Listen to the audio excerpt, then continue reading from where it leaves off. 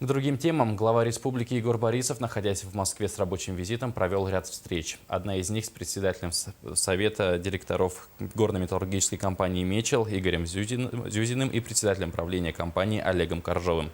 Речь шла о хозяйственной деятельности компании. Напомним, что «Мечел» занимается освоением эльдиканского месторождения и является одним из основных налогоплательщиков республики. Основная наша цель и задача встречи была проговорить еще раз с Егором Афанасьевичем текущую ситуацию, которая есть в компании, текущую ситуацию на предприятиях, которые находятся в данном регионе, перспективы развития. Отдельно мы затронули вопросы обсуждения развития нашего крупнейшего ильинского проекта, потому что проект, который на сегодняшний день у нас реализуется, ведется добыча, отгружается продукция, поэтому, безусловно, Егор Афанасьевич очень заинтересован в том, что делается в данном проекте.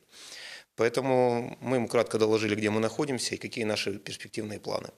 Итогом совещания было то, что мы договорились, что в ближайшее время, наверное, где-то конец весны и начало лета, Егор Афанасьевич посетит данный проект и посмотрит, что там сделано, реализовано на самом деле. Ну и договорились о путях возможной помощи Республики Саха компании «Мечел», ну и, соответственно, компании «Мечел» Республики Саха. Поэтому встреча прошла достаточно продуктивно, очень благодарен Егору Афанасьевичу за то, что имел возможность с нами пообщаться и поучаствовать в этом обсуждении.